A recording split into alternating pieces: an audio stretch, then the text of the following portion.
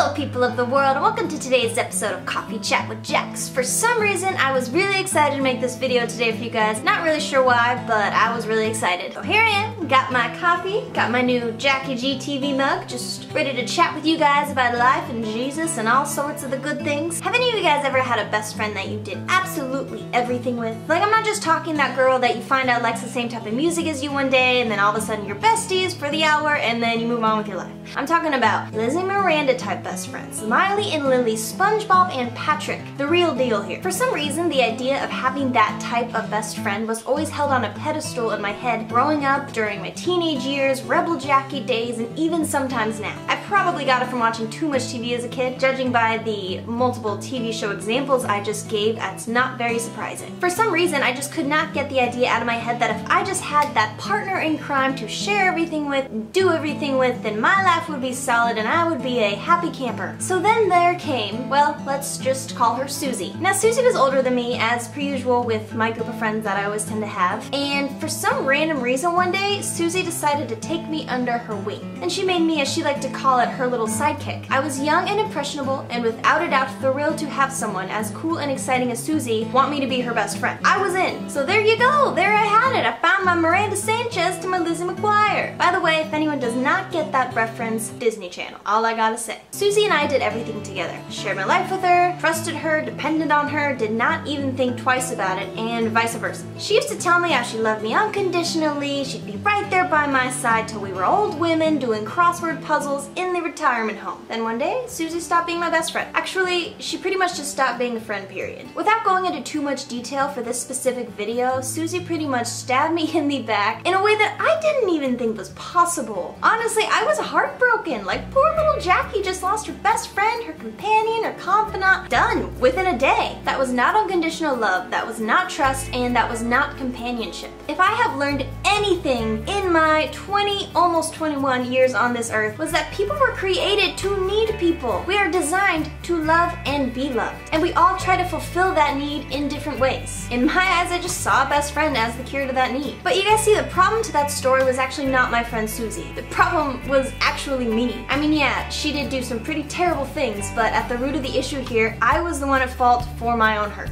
I depended on Susie to be there for me, to go through everything with, and it wasn't fair to her or me. But the truth of the matter here is that God gave me that desire for a constant companion on purpose. Like, that was no accident. He created me with that need because He wants to fill it. That's why it is literally impossible for another person to take that spot. Whether that person is your spouse, parent, best friend, sibling, the only one who can fill it is God. But you guys, that's actually the coolest thing ever, because God made it possible to be there for us, each and every one, so intimately, 24/7. I will ask the Father and He will give you another helper that will be there forever. That is the Spirit of truth who the world cannot receive because it does not see Him or know Him. But you know Him because He abides in you and will be in you. I will not leave you as orphans. Okay, let's just process that for a second here. God, the creator of the whole universe, the guy who breathed the stars into existence, gave each and every one of us His Spirit to live in us every day, all the time, forever. The Holy Spirit is there to be our comforter, guide, counselor, advocate, helper, leader of truth. In other words, God gave us Himself as our everyday, whether we like it or not, best friend. Stop for like 2 seconds to tell me that God is not the coolest dad ever. And guess what? Holy Spirit's not going nowhere. He is there forever. I don't want you to mistake me. I'm not saying that we do not need people, because I am a huge advocate for community. Community completely changed my life. I made videos about it as well. All I'm saying is that the fulfillment and acceptance that makes our hearts complete and full can only be found in Jesus Christ. So I'd say it's a pretty good thing we have got Him all day, every day, and forever. And guess what else? God never changes. There's no, oh, I care about you today, but tomorrow I'm gonna be busy, or I just don't feel like it, and then next week we're not even gonna be friends anymore until maybe the week after that. None of that. Jesus Christ is the same yesterday, today, and forever. That means the same God that rescued Daniel out of the lion's den, the same God that parted parted the Red Sea. The same God that raised Lazarus from the dead, that is the God that is with you and I every single day. Just think about that for a second. Like, that's the God that's your best friend. So, bye Susie. What's more, I am with you and I will protect you everywhere that you go. I will not leave you until I have finished giving you everything that I have promised to you. He is there and he is real, so if you want to get to know your best friend that